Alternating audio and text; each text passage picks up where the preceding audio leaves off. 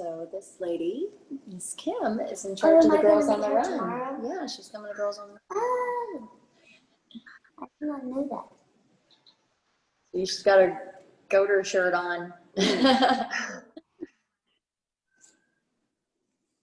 All right, well, we'll go ahead and get started. I want to say thank you and welcome to everybody. I appreciate you, and Melissa and everyone involved appreciates you taking the time out of your busy evenings to spend a little bit with us.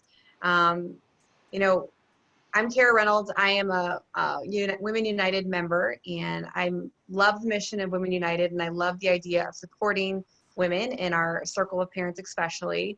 I think anytime that we can offer support to one another, it's a win for everybody. I was on a meeting this morning and somebody mentioned maybe some stress and tension in just society and communities now amongst women and moms, and I think it's really important that we find ways that we can build each other up because we are all in this together.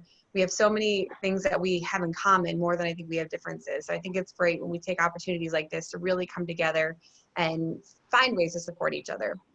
So I'm a mom. I have 3 boys. I have a 12-year-old, a 9-year-old, and an 8-year-old. So feeding them is very important to me because I feel like all they want to do is eat.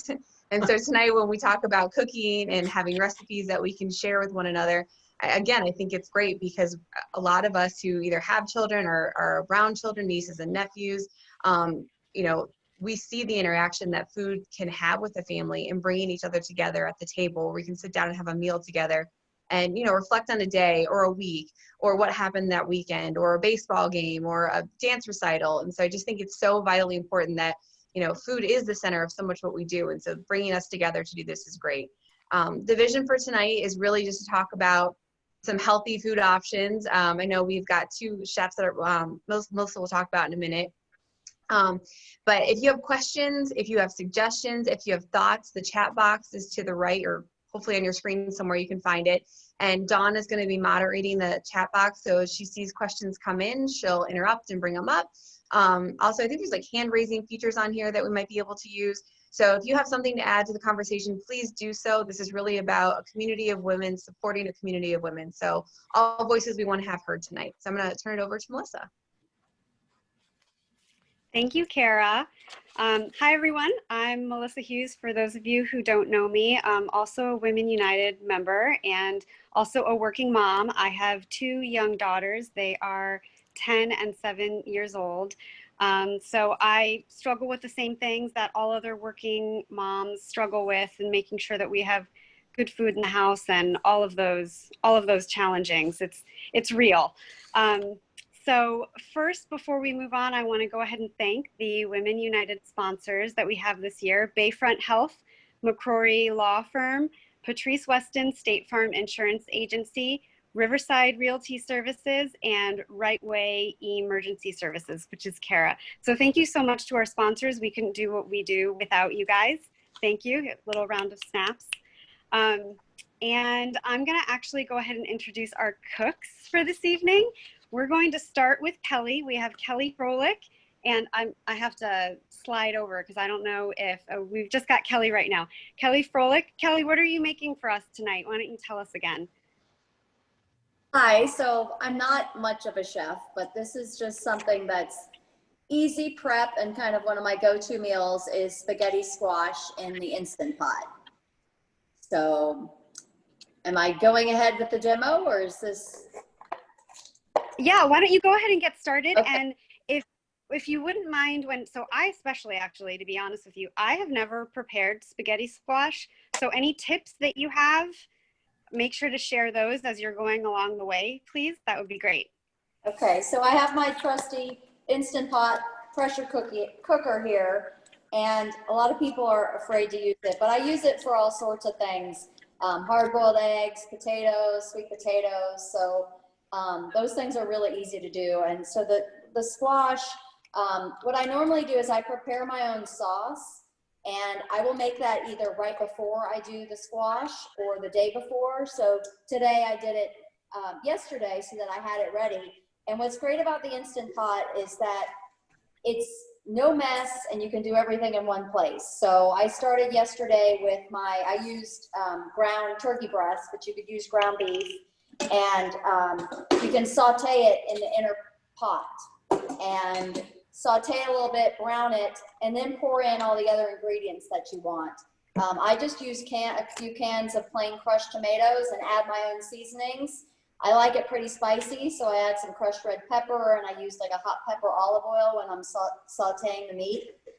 So I did that the night before, and sometimes I add other vegetables in there, like spinach or chopped broccoli. So I made my sauce yesterday, but I could literally have done this 30 minutes ago.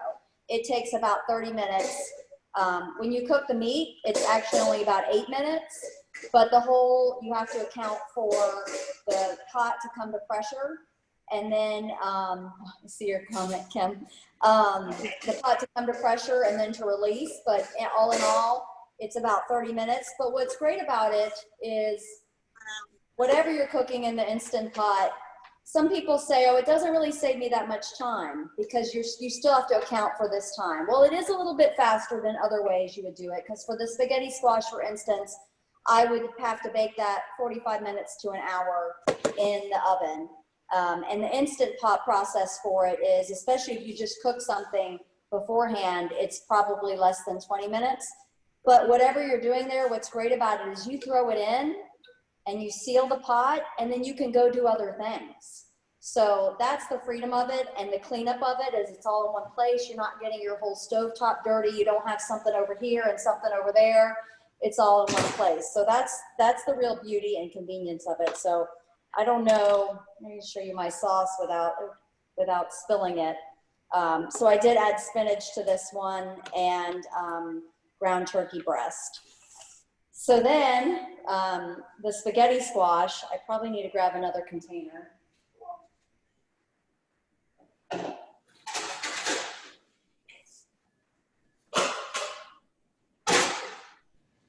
Sorry, I thought I was fully prepared, but there will be.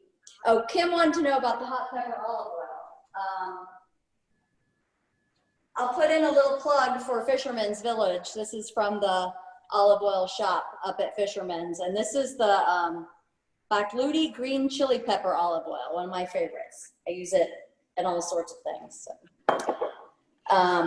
So when you cook a spaghetti squash in the Instant Pot, the traditional way, the first thing I'll share is the traditional way of cutting the squash is you think of cutting it long ways and scooping it out.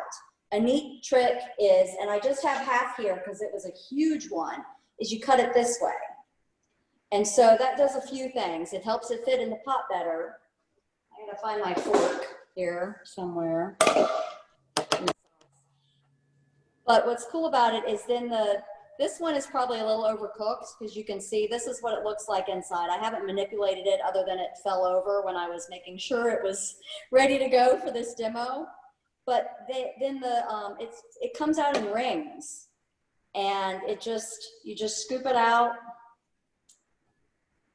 and it actually stays in nicer loops than the other way because you're really breaking it up. Again, this one's a little overcooked, so it's a little bit mushy, but theoretically, when I haven't overcooked it, it would come out in nice rings. So it stays together in a really, where it just feels more like noodles, which is important to me.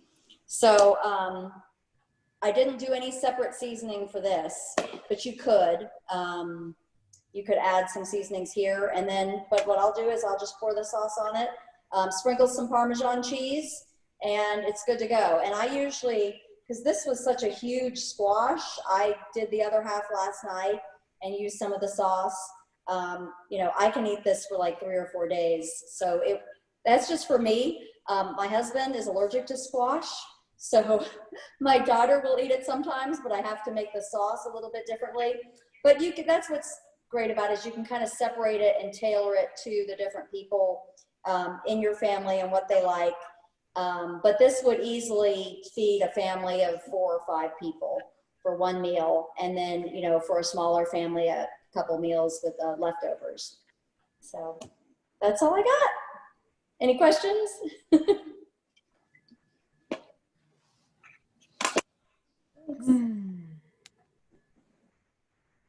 Kelly, I do have a question for you. So I just got an Instant Pot recently and I haven't even taken it out of the box yet. Actually, I probably got it at Christmas and haven't taken it out of the box yet, but someday I will. But if we don't have an Instant Pot, can you maybe just like briefly talk about other ways to cook spaghetti squash too, just for people who don't know? Sure. You can definitely bake it, and that's like a 45 to 50-minute process. But some things I've done when I've baked it is when you bake it, you probably do want to cut it the traditional way, the lengthwise. But I've actually poured the sauce and then cheese on top of it while you bake it. So then you bring it out, and it's like a nice little bowl of baked spaghetti, which is really awesome. The other way that's a fun trick is you can actually microwave it, and it comes out just fine. You want to pierce it and cut it in half. But another trick for that is you can pierce it and then put it in the microwave whole for, I don't know, 5 or 6 minutes. And then it's much easier to cut because these things can be a bear to cut. I usually have to call my husband with like the giant knife to cut my squash in half. So if you do that softening in the microwave, then it's a lot easier to slice it. And then you open it up. You always want to put it in, like pour a little bit of water in the bottom and keep the squashes facing up. And then it microwaves in about 10 to 12 minutes. But that reminded me of another tip I forgot to tell you. If you do use an Instant Pot, forgot to say, very important, you have to put a cup of water in first. So you put it on a trivet, you pour in a cup of water, and then you set the squash in however you can fit it in, and it's 2 halves. Awesome, thank you. Anybody else have any other questions for Kelly about Instant Pot use or spaghetti squash? Very good. Well, we had some questions that were submitted ahead of time from Women United members, and this is open for discussion. So you can either put it in the chat box, or if you'd like to just join in on the conversation, some questions that people were wondering if we could all help with. So how do we make healthy meals on a low budget? So does anybody have any good tips for how to make a healthy meal on a low budget? Any tips and tricks? Sure, I'll go. I'll answer. Okay, so a lot of times I try to stock up on things at Publix, like for the BOGO, if they have like the Italian Fest, where they have the canned tomatoes, buy one, get one free, or pasta that way. I very rarely will buy those things if they aren't on sale, just because they're easy things to stock up on. They have a long shelf life. And then I also really have gotten into meal planning, like on Sunday for the week. Even though it's annoying to do, I'll make a list of different meals that I want to make, or things that are easy. If I know we have meetings that are late for work or something, then I'll try to sit down and kind of make a list. I also if a recipe calls for like cilantro, then I try to if I only need like a handful of that, then I'll try to make something else that has cilantro in it that week so it doesn't go to waste. It's just kind of some things I've found that have been helpful. Very nice. Thank you, Lindsay. Anybody else? I can add that Walmart really has an incredible organic section, and if you look for that, they have a great organic section. They have a great, in their produce section, they have a lot of pre-cut vegetables in bulk. Things like spiralized, squash and zucchini, and in the frozen vegetable section, they have a lot of 99-cent, $1.99 frozen vegetables. So that's a go-to for me. Anybody else have any tips and tricks? Kim? I was just going to say that you shouldn't feel like that for your protein source that you need to eat meat every night. You can have, like in our family, we'll do one night a week, might be something with eggs or something with beans, like black beans. Mm-hmm. Yep, absolutely. I think one of the things that I like to do for my house to have easy snacks and go-to things for my kids is we do hard-boiled eggs.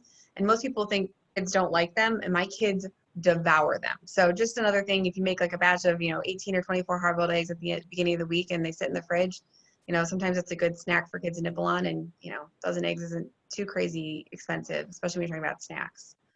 So anybody else have any tips and tricks for healthy meals on a low budget?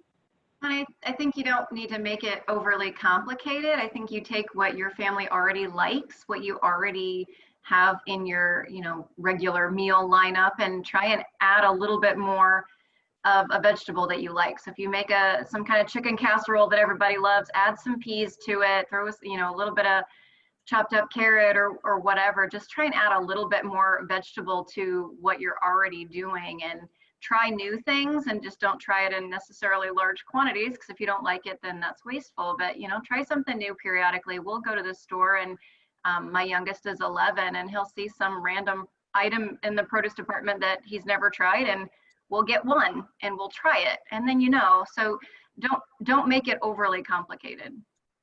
Yep, I agree. All right, next question we had was, how do you make healthy meals with pantry foods? Anybody have any expertise with making a full meal out of your pantry? Any thoughts on that one? Besides cereal. All right, that's a hard one. Maybe we can think about that one if you come up with any ideas. Or does someone have one? Kara, Yes. Can you hear me? It's Angie. Yes, we can now. I think what's kind of fun is that you can take what's in your pantry and just Google the item. Mm-hmm. And maybe if you find 2 items, then you put both items in the Google box. And I have really come up with some pretty cool things by just Googling suggestions. And that may not be a very good answer, but Google is quite helpful with when you're trying to brainstorm cooking I use things. All Recipes for the same thing. Everybody's familiar with the All Recipes app? I love All Recipes. I don't have it as an app though. Yeah. They have this great thing too Okay. called Dinner Spinner. Do you know about the Dinner Spinner? No. Oh, okay. So you choose what dish it is, like breakfast, dinner. So if it's a main dish, you pick dinner. And then what you want for the main part of it. So it could be fish, chicken, beef, but it could also be eggs, beans. And then you can choose, in fact, you can choose Instant Pot as one of the choices. And then you can even put in certain ingredients. So say you bought a bunch of buy one, get one tomatoes. You could put that as one of the ingredients that you want. And then you click the button and it spins it and it comes up with random recipes. Boy, that sounds fun. I just enjoy trying different things, I think. And so that's part of like with the pantry. It's like, okay, well, I've always done this with this thing, and then trying and just researching, and that kind of puts some fun in it, and maybe even add the kids in the research process. Yeah, I think that's key too. If you can get your kids involved in some of these things, even taking them to the grocery store and saying, okay, we're going to buy a vegetable, you have to eat a vegetable, which one do you want to eat? And like giving them a little bit of option in that, so then they will eat those vegetables. I think that helps too. Another question, what do you do if you have picky eaters at home? So any tips and tricks for picky eaters at home? What do you do to get them to eat? I know Bribes? I know for me when my kids were younger, and I had one that was somewhat of a picky eater. So he always had to try dinner first, and then we always had a alternative option for him that was the same thing. So it was a ham sandwich, and he had to go make it. So dinner was dinner, and if you really, really didn't like it, you could go get your ham sandwich. So go make it. So if that's peanut butter and jelly or just something simple, but at least it just avoided the fight, because there are things that kids don't like and their taste buds change over time. And mine luckily evolved, and they're pretty creative eaters now because I never forced that fight onto them. So that's what worked for us. That's a great tip. Anybody else like to share? Yeah, we do a lot. I have a 4-year-old, and he'll be pretty good about trying things. He will like to he likes Pete the Cat, and the Pete the Cat books, he has like the 3-bite rule, where he'll try something 3 times and see if he likes it. And your tastes change, so if he didn't like it last time, then he could try it the next week or a month later or whenever it is. But he's gotten to be a pretty good eater with doing that too, and not forcing it, like Aaron said too. I would add, you know, because we live in this area, there's some great farmers markets, and they have some good prices there. And whether you're buying or not, I think when I brought my daughter to the farmers market and she sees everything and it's so colorful and beautiful and it's in a different environment, she's been more willing to say, hey, get some of those, I'll try those. So that's just, we've just started doing that lately, and now she's eating sweet little mini peppers. So it's kind of a fun thing. Yeah.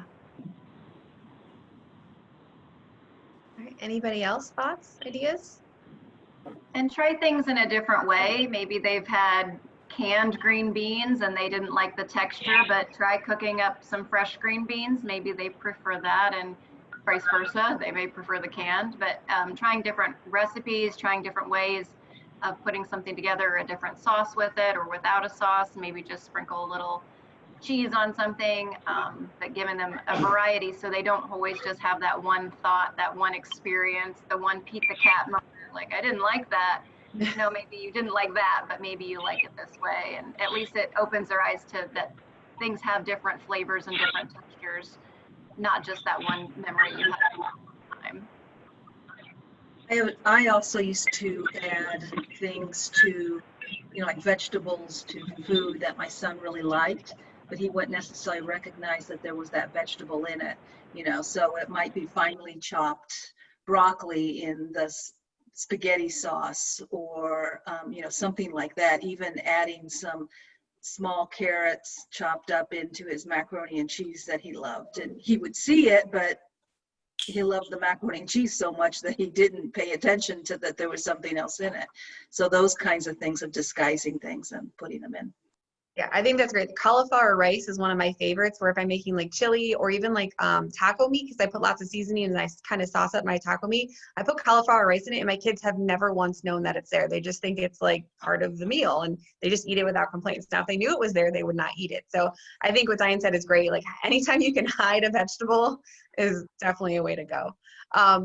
We have 2 more questions for my segment. If it's mealtime and you realize you're cooking your dinner up and you forgot an ingredient at the store, how do you kind of overcompensate for not having that one ingredient that you needed? Any ideas on that one? Yeah, I'll say that you don't panic, first of all. Just don't panic. There's always usually something that you can find to substitute. You know, it's always good when you find the vegetables on sale, canned vegetables on sale. Pick up an extra a couple of cans so you have those. Or you know, even when we go back a little bit to things that are easy to make, you can make a lot of things in your pantry with either potatoes or pasta. You can add either vegetables to them or cans of soup to them and come up with a whole meal, or meat, and come up with, you know, season it the way you like it.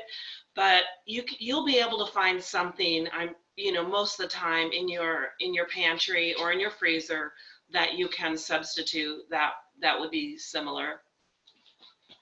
Yes. Oh, and also I want to mention, Monica mentioned on here about this book, and it is a great book. I'm sure many of us are. Eat Well on $4 a Day is a really good, nice tool to have for low budget eating and good eating.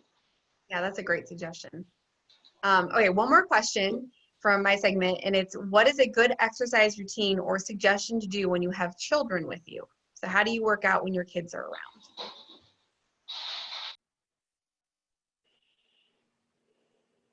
Thoughts on this one? We go for a lot of walks with my family. So my son's 4, almost 5, but we still have his stroller. So we'll take his stroller so he can ride part of the way, and then we'll get out at certain times and let him walk or run, or we'll race. If you turn anything into a race, I think that really gets him motivated. But that's just like an easy thing that we can do that's inexpensive and good family time too. Great. Anybody else? Thoughts? I think the whole put on a workout video and think you're going to get through it in 25 or 30 minutes. I've never had an experience where my kids aren't asking for something or needing something. So that's definitely a struggle. So going on a walk or a bike ride or a race, I think that's great. So anytime you can involve your kids in the activity. And there are some YouTube videos where it is working out with kids, so you can actually do it together And it shows, I mean, it's designed to do it that way. So it makes it more fun because they're doing something fun by watching the video as well as interacting with it. That's awesome. I didn't know that existed. Kim? I'll put in a plug for the Y. So if you go to either Y branch, they have childcare, or they have all these fun activities for the kids. Like your kid could be doing a swim lesson, and while they're doing the swim lesson, you can get your workout in. And they do have scholarships, by the way, for families who cannot afford the membership. Oh, that's great. Very good to know. So there's 2 Y locations in, one in Punta Gorda, one in Port Charlotte, and there's another one out in Inglewood as well. So there's 3 YMCAs all across our county within good distance, I think, for a lot of people to get to. All right, I'm gonna hand it over to Melissa now so she can introduce our next chef. Thank you, Kara. Okay, our next chef is one of our co-chairs for this event, Lindsay McKelvey. And I think, Lindsay, do you have, I think I just froze there for a second, but do you have Ben with you? Or tell us what you're going to be cooking. He might be joining too. So we'll see if he isn't camera shy here. Can you hear me? Okay. Yep. Okay. All right, so today. Yes, you're. So I'm gonna make, I've been on the go all day, and so I'm gonna make something really easy. So I'm gonna make gazpacho and then a salad to go with it. Can you guys see me too, or how do I do that?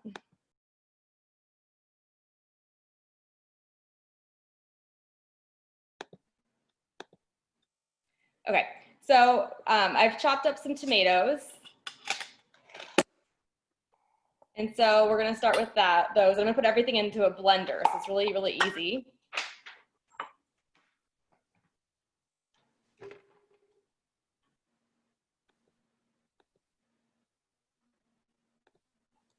we're gonna put everything into the blender here.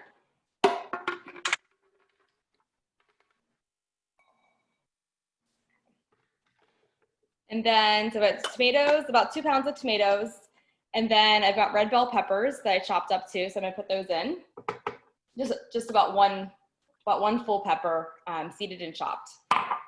And then cucumber as well. So I've peeled the cucumber so that it doesn't have the green, like the dark green. And I'm just gonna chop that up a little bit too.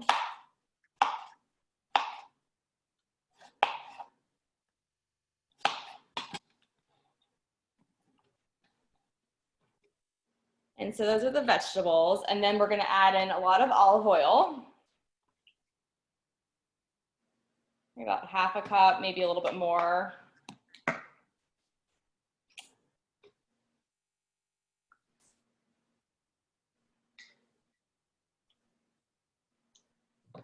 Salt and pepper.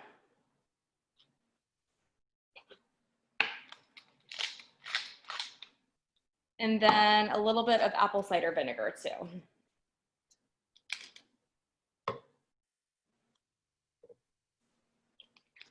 And you can also add in other things, like you can add in crushed red pepper, you can add in some fruit as well, like if you wanted to make it a little bit sweeter, you could add in watermelon, berries, raspberries, blackberries. My son likes it when we add like strawberries and watermelon, just it's a little bit sweet and not quite so acidic. I'll add a little bit of watermelon too. And then just gonna put the top on the blender. I'm gonna mute myself so you guys don't have to hear the blender.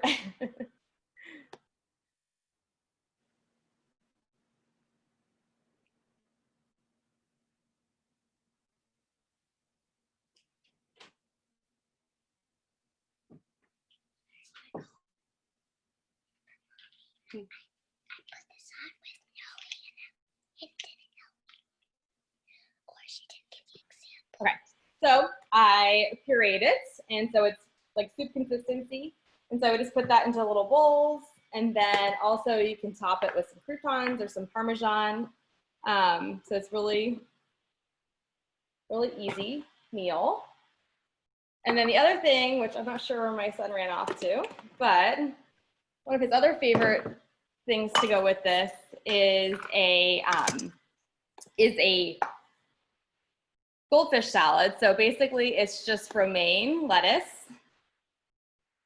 And then I add in some like little vegetables. He really likes raw vegetables best, which makes having a salad really easy for him. So they've got some sweet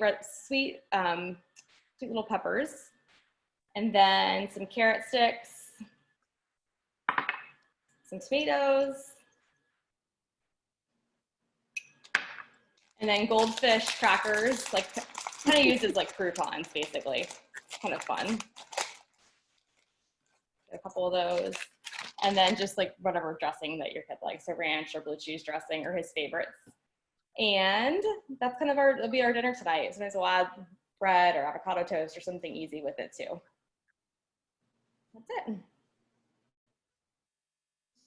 Awesome. I love it. Does anyone have any questions for Lindsay? I love the goldfish on the salad. Like that is a great way to get a kid to eat a salad. So great tip there. Thank you for that one. Yeah, actually, I have to give credit to my husband for that because that was his suggestion there. That's perfect. So after you blend the mix, what do you do with it then? It's ready to go. Do you drink it? Do you dip it? Oh, well, I normally use like a soup, so like a bowl with a spoon. And you probably should try it too to adjust your seasoning. I just kind of did it quickly, but yeah, or you could drink it too. You could, if you wanted to. That's a really easy soup. Mm-hmm. Oh, here's a. Lindsay, did you see that comment? Someone just asked if you would list the ingredients in the chat for those that are watching on the call. Yeah, and I'll send out the recipe. Actually, the recipe will be in our little cookbook too, but I'll add the ingredients in the chat here. Perfect.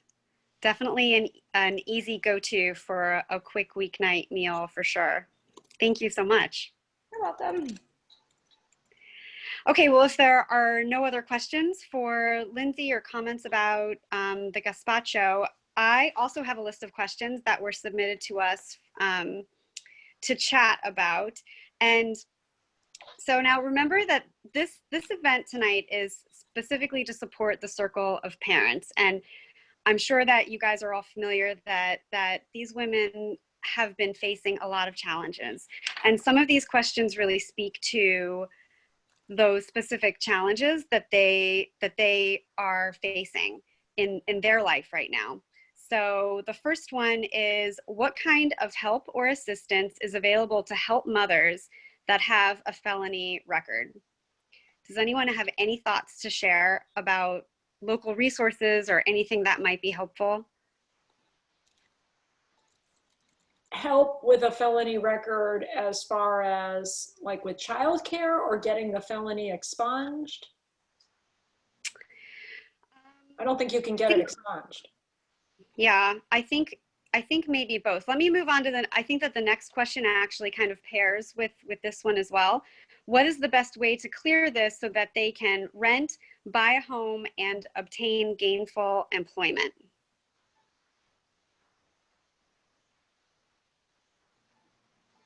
So I can say just for the afternoon, I did some research and did some reading to see what I could find to maybe speak to this. That would be something that they haven't heard already. And I don't know if this would be helpful to them, but I did find an article that I thought was very supportive. It was published by USA News, I think in 2018. And what they talked about specifically was, as an employer, or if you are a person who has a felony record, here are the things that you need to walk into an interview expecting to do. And they gave very simple guidelines and suggestions that would make all the difference in the world in how you're presenting yourself and talking about your experience. Some of the things that it mentioned was to be very succinct and professional in describing what your record entails. Don't try to sidestep it or sugarcoat it. Just be open and honest, and speak very directly about, this is what happened to me and this is what you'll see on my record, but these are the things that I've learned from it, and this is how I've positioned myself to move forward in life so that I don't find myself in that place again. I thought that was really helpful just to kind of get people's mind framed in the right way of how to address something that can be oftentimes embarrassing to talk about and to admit when you're in a position with a potential employer, right? So I don't know if anyone has anything to add as maybe business owners themselves or those of us who may be in positions where you're interviewing people. Does anyone have anything that might be helpful to add? Well, there's a couple ideas in the chat. One of them was to look up felony-friendly employers. There is a link possibly somewhere to do that. And then also Career Source. We do have a local career source that may be of help. Okay. And what about housing issues that they might be facing in terms of finding a home to rent or buying a home? I know a lot of our local lenders, especially the mortgage brokers who are very established in the community. I have a few that I could recommend. Will work with a buyer even if they need to have some credit repair. So they will sit down with them and go over everything again. It's just a matter of kind of laying all your cards on the table. This is where we're at. This is where we want to be. And that mortgage broker can advise them as far as make a plan to repair credit and to establish credit. And usually it's a 6 month to a year plan. But if you stick to it, then it shows that history of repairing the credit. And a lot of those, if there were issues, will fall off after a certain time. So you build a relationship with a mortgage broker and continue to work with them, and then get to the point finally where you're able to, talk about financing and getting a loan, because that's the first step, is really finding out what you can afford and then going forward from there. Right, absolutely. I also saw Jennifer just posted a website that I think would be really helpful. I only saw the first part of it, that it was ex-offenders. So thank you for doing that, Jennifer. Thank you. Okay, I have one more question.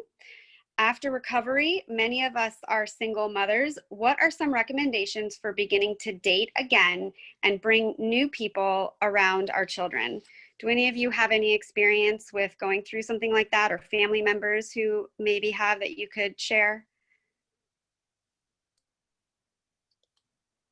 I was raised by a single mom, and I can speak about my experience as a child, which is that my advice would be not to bring anybody around your children until you have been with them for at least 6 months, and that you know that there's going to be a future, because it's very chaotic to your children to have different people coming in and out of their life. My sister-in-law is a single mother right now, and she went through a very traumatic experience with the father of her child. And she has been, I've really admired her in the strength that she has pulled from this experience. And she and the father of her daughter, they get along, they're friends, they're co-parenting and everything, which is not always the case, I know, but she has been very disciplined about being sure that she has done what she needs to do to make herself feel strong and like she's the best mom that she could be. And that she's standing on her own 2 feet very comfortably before she is opening herself up to any serious relationships. And I feel like that's one of the things that's always easier said than done, because we find so much comfort in companion from others, especially when you are raising a child on your own. But I know that has helped her know that when she does meet someone and she's ready, that she'll be in the best possible place to be open to that relationship and then eventually introduce that person to her daughter. So hopefully that's helpful too. Are there any other comments or input? Sorry. No? Okay. Well, I think if there aren't any other comments from anyone else, I guess we can either chat for a little bit more, or Dawn, I don't know if you have any closing comments, if you want to wrap it up, or what we should do. I think Angie's back on too, but I did understand that Warden Farm is distributing their boxes again. I believe it's this Friday. And the cookbook, we're making progress. It's been slow, but we are making progress. You'll all be gifted a cookbook when they're ready, and we're hoping that they'll be ready just right before the holidays. And it's got a lot of love, a lot of really personal, beautiful recipes in it from all of us that you see here, and many, many more. So, Angie? Yeah, I've been on and off the call because of something that's got going on, and so I apologize I haven't been on the whole time. But if you go to our Facebook page today, we posted the column from Sunday about Warden Farm, and it is true that the Warden Farm veggie boxes will start going out to Kids Thrive and our Charlotte County Reads families this Friday. And last year, when the Kids Thrive moms came out there to the opening day of Warden Farm season, probably the highlight of my day was one of the moms getting some vegetables that either A, she hadn't had in a long time or hadn't tried and had never tried, and how excited she was to start cooking. And so I am excited to share the cookbook and to have them, the moms that are, I don't know if they're on the call tonight, or I love veggies. I love trying new veggies, and I'm just really excited for this partnership with Warden Farm once again this year. And so if you go to the column or the link, and you would like to participate and donate to the veggie box thing, so that these moms can get veggie boxes, that would be great too. Or if anything, spread the word. And I think, if I'm correct, that several recipes from the Kids Thrive and Circle of Parents moms have made it to you to be added into the recipe book. I think Sue sent them this week, and there were several submissions, and all of them are using items and vegetables that they got from Warden Farms. I love it, and I think the cookbook is just going to be a real testament to the Women United, as well as the Kids Thrive moms, and this partnership that we all have together. And to me, it's just a really, whoever had that idea, I know it was one of you got, Melissa and Lindsay and Kara and Dawn, and just wonderful idea for the cookbook. Thank you. Yeah, I do want to especially thank the committee. We've been working for several months on both the Zoom event tonight and the cookbook. Kara Reynolds, Melissa Hughes, Lindsay McKelvey, and was that maybe that was all. I know Erin's helped out a lot too, but yeah. So thank you very, very much. It's been good. It's really fun to. Because I submitted a bunch of recipes that I have on scraps of paper everywhere. And so I've been putting those, in to put in the cookbook, and it's going to be really nice, because then it's like, my go-to recipes as well as everybody else's are going to be all in one place. It's going to be really special. And thank you too, Kelly, for cooking tonight. Absolutely, Kelly. And just how awesome. And I have started doing the crock pot thing, but I think I need to get what do you call that thing again? The Instapot or pressure cooker. Yes, I need to get one of those. My words aren't coming today. So maybe to conclude it, Dawn and crew, why don't we just all say what our favorite recipe was that we put in the cookbook? I'm sorry I missed that last part, Angie. A couple people tell us what your favorite recipe was that you put in the cookbook. Okay. I think most of you all did submit recipes. So what is your favorite recipe that you put in the cookbook? I gotta start because Dawn and I have a story here. When COVID hit and you couldn't find half the stuff you normally buy at the grocery store, actually even still, I can't find canned pears at Walmart ever. I don't know, they have them at Publix, thank God, but anyway, we couldn't find certain things. And we mostly shop at Walmart, and we make a recipe that's called bacon and broccoli, macaroni and cheese.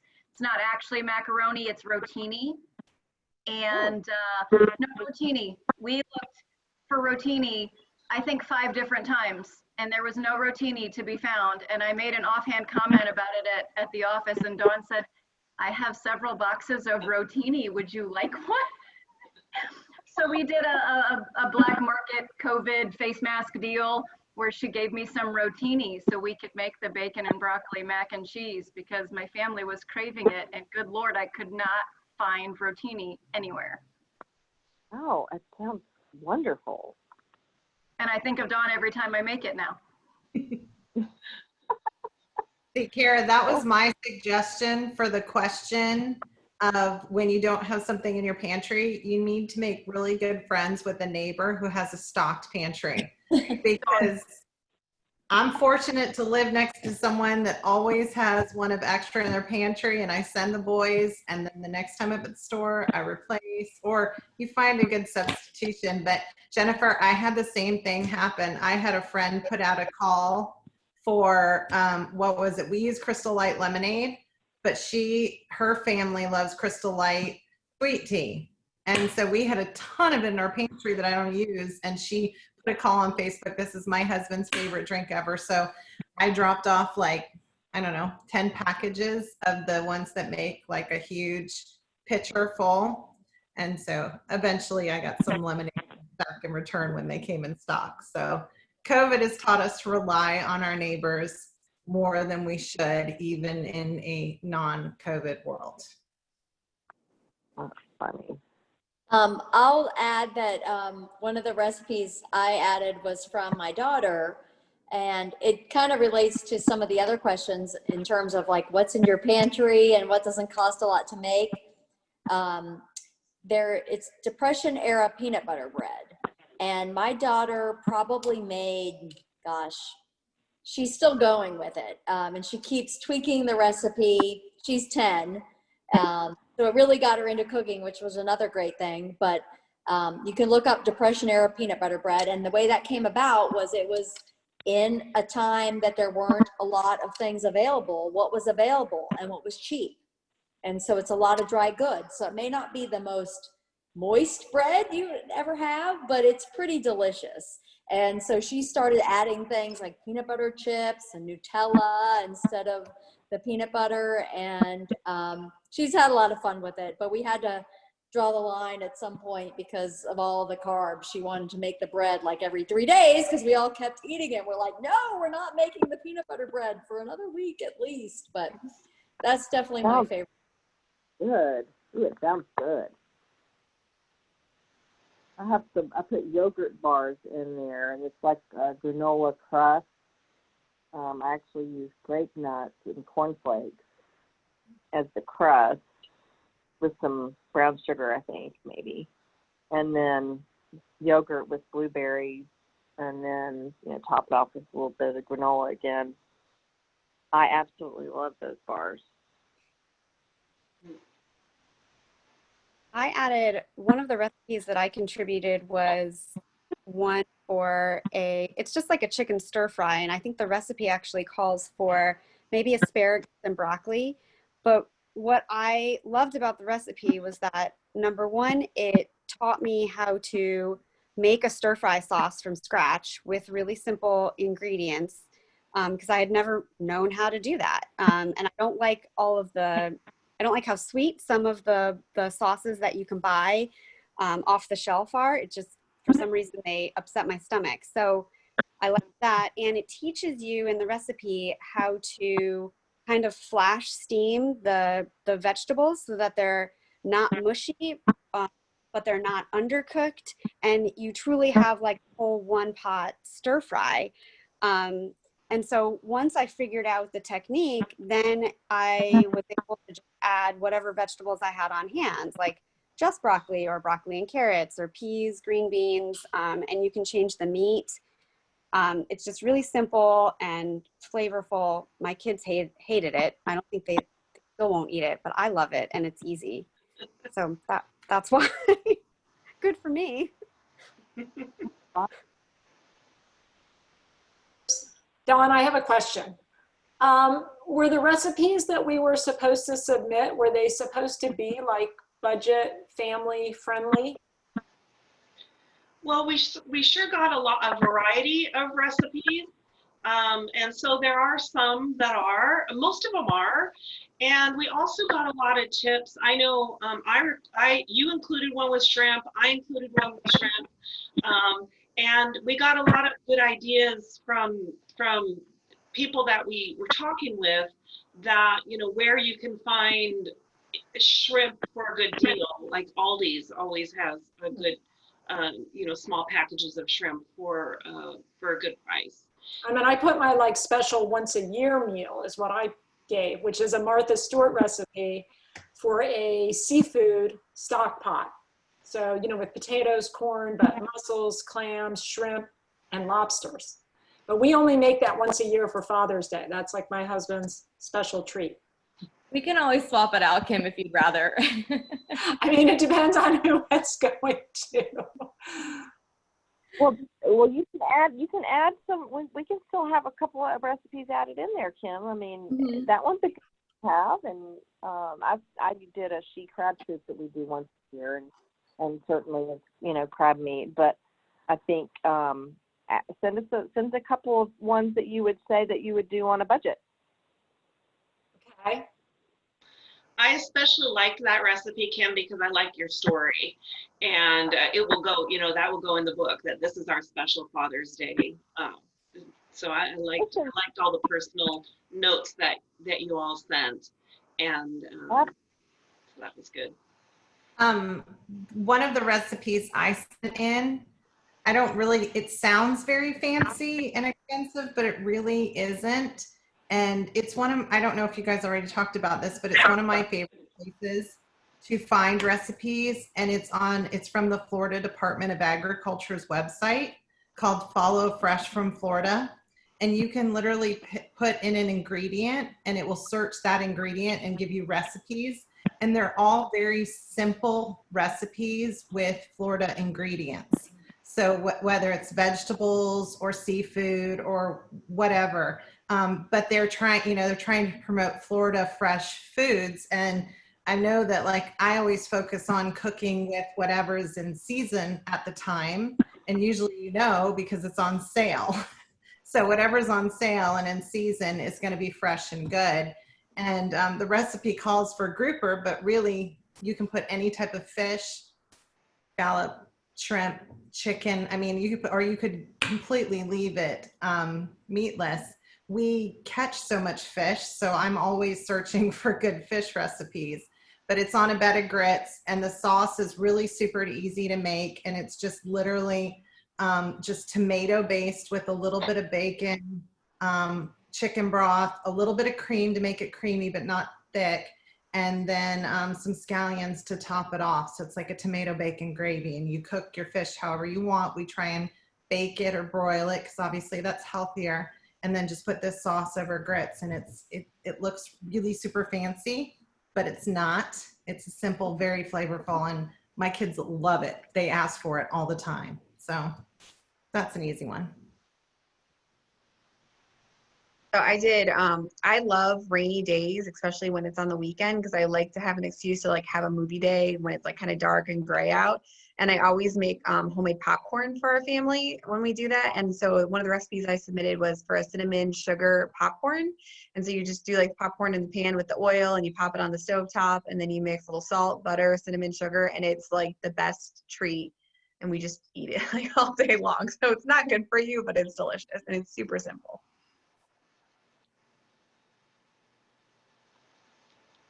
What's everybody making for dinner tonight? I'll start. I did buy a grouper on my way home, and I am making a ginger soy miso grouper, and the butternut squash noodles and broccoli. Kim, I want Little that kids recipe. That sounds amazing. We'll be right over. I did a I- crock pot oh, sorry, Erin. No, go ahead. I was gonna say, I cheated. I normally cook on Monday nights and then have leftovers on Tuesday night. And then I try to do the same thing for Wednesday and Thursday. And then hopefully we can just like have a frozen pizza or something on Friday. But I made spaghetti last night. That's a pantry meal, really. Everything in your pantry to make it. For sure. I did a crock pot chicken for tonight, and my kids have already eaten because they eat at 5 because they're just starving. So it was just chicken with chicken broth, and then you put a little bit of water with a box of stuffing mix with a cream of chicken or cream of mushroom can. So it's not, again, super healthy, but it's filling, and my kids eat it. And you cook it in the crock pot for like 7 or 8 hours, and it's just delicious. Tastes like Thanksgiving. So we did that tonight. Having leftovers. My husband was hungry for comfort food over the weekend, so on Sunday I made a big pot of homemade chicken noodle soup, and so we're just finishing that up tonight. I made that too, Diane, on Sunday. How do you make yours? I just simmer chicken legs and thighs for hours with carrots, celery, onions, and a little bit of tarragon, poultry spice, and a little bit of chicken broth added, and then put the noodles in after that. Then I pour mine when it's still hot on a bed of fresh raw spinach and toss it, so it gives it a little bit more extra whatever. Now my husband won't do that, but I like that.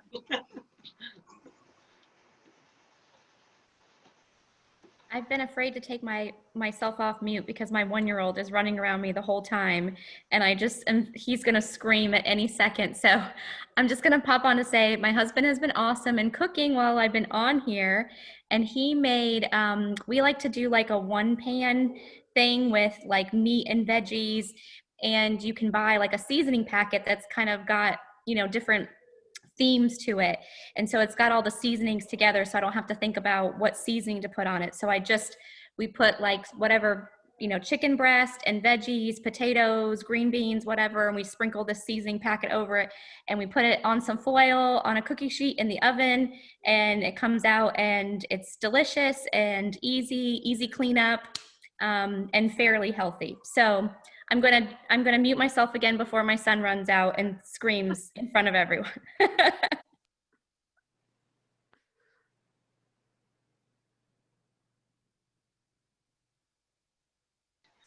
Well, are we just about done? Is there anything else that anyone wants to share, or any tips?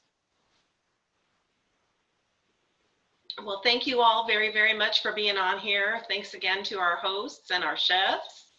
And guess everyone have a really good evening. Yes. Y'all are amazing. Everyone. Thank you, Dawn, for everything. Thank you, ladies. Bye, Thanks, everyone. Thank you. Bye.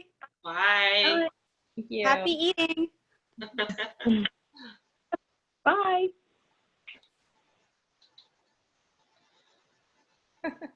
Bye, Dawn. Bye, Lindsay. I'm trying to do this recording.